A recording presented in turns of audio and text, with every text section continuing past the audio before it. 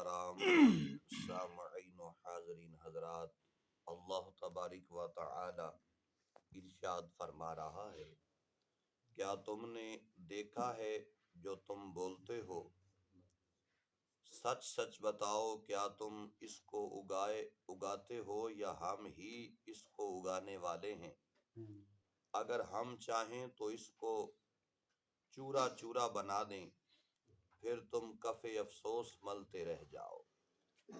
محترم سامعین و حاضرین حضرات، قرآن مجید فرقان حمید کی ان آیات بینات میں رب العالمین خالق کائنات توحید باری اور وقوع قیامت پر ایک دوسری دلیل پیش فرما رہا ہے۔ کھیتی باڑی کے متعلق تمہیں تفصیلی علم ہے، تمہارا کام صرف اتنا ہے کہ زمین میں ہل چلاؤ اور اس میں بیج ڈالو، اس کے بعد اس کے پک کر تیار ہونے تک جو حیران کن تغیرات وقوع پذیر ہوتے ہیں، کیا اس میں تمہارا بھی کوئی دخل ہے؟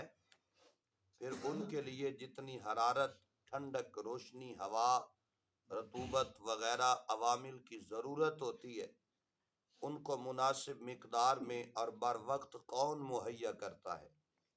کیا تمہارے بتوں، دیوی دیوتاؤں میں یہ قدرت ہے؟ اگر نہیں اور یقیناً نہیں تو پھر تم اللہ تعالیٰ کی وحدانیت کا انکار کیوں کرتے ہو؟ نیز جو ذات اس دانے کو جو زمین میں گل جاتا ہے اس کو پھر ایک تن آور پودا بنا دیتی ہے، کیا اس کے لیے مشکل ہے کہ وہ انسان کو خاک میں ملنے کے بعد نئی زندگی عطا فرما دے؟ فرمایا تم غور و فکر کرو، اپنی کھیتی باڑی کے اندر غور کرو۔ تم نے بیج زمین کی تہ کے اندر دبا دیا، اس کے بعد اوپر جو مٹی ہے اسے اچھے طریقے سے دبا کر تم باہر نکل آئے، اوپر سے پانی لگا دیا، زمین کی ایک تہ جم گئی، اس جمی ہوئی تہ سے نیچے وہ ایک دانہ ہے اور وہ دانہ زمین کا سینہ چیر کر باہر نکل رہا ہے۔ فرمایا اس میں تمہارا بھی کوئی عمل دخل ہے؟ یہ تم نے نکالا ہے؟ یقیناً بندہ مومن کہے گا نہیں، یہ میرے بس کی بات نہیں ہے، میں نے تو دانہ مٹی کے اندر دبا دیا تھا، اوپر پانی لگا دیا تھا۔ آپ کو پتہ ہے جب پانی اوپر لگ جائے تو وہ ایک تہ جم جاتی ہے، مٹی سخت بھی ہو جاتی ہے، اور پھر اس مٹی کا سینہ چیر کر وہ پانی وہ دانہ جو ہے وہ باہر نکلتا ہے۔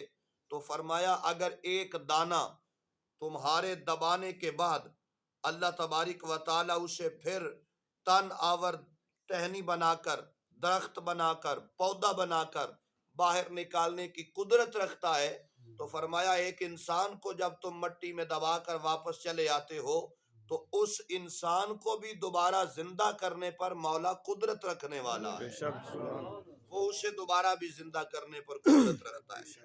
اگر ہم چاہیں تو لہلاتے کھیتوں کو تہس نہس کر کے رکھ دیں، نہ وہ انسانوں کی خوراک بن سکیں اور نہ حیوانات کے لیے چارے کا کام دے سکیں۔ تم نے زراعت کو نفع بخش بنانے کے لیے کافی روپیہ خرچ کیا تھا، اعلیٰ بیج مہنگے داموں خریدا تھا، کھاد فراہم کی تھی، آب پاشی کے لیے بڑے مصارف برداشت کیے تھے، تمہیں یہ توقع تھی کہ بڑی آمدنی ہوگی، لیکن خرچہ بھی پلے نہ پڑا۔